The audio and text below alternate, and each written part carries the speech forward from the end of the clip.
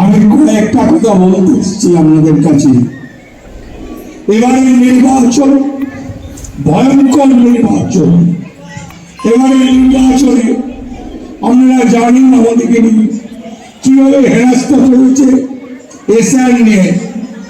আজকে আপনারা জানেন 90 লক্ষ ভোটার বাদ দিয়েছে, তার বদলে 49 লক্ষ ভোটার হিন্দু ভোটার বাদ দিয়েছে। তাই আপনারা জানেন 49 লক্ষ ভোটার হিন্দু ভোটার বাদ দিয়েছে। আপনারা ভেবেছিলেন যে মুসলমান ভোটার বাদ যাবে না, হিন্দু ভোটার বাদ দিয়েছে। এরা পরিকল্পনা করে চেষ্টা করেছিল যে মামাটি মানুষের সরকারটাকে ছাড়খাড় করে দেবো, আমরা আসবো।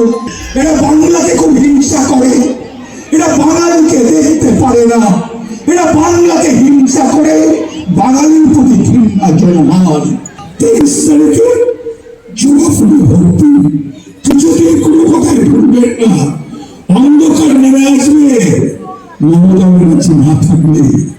মমতা ব্যানার্জি মানুষের মমতা ব্যানার্জি, আমরা মমতা ব্যানার্জি। এই সরকারটা থাকলে আমরা সুন্দর হয়ে থাকবো, ভালো থাকবো। ধানের সুবাসে মাটির টান, আর সেই টানে V K gold rice. V K gold rice, বাংলার চাল, বাংলার গান।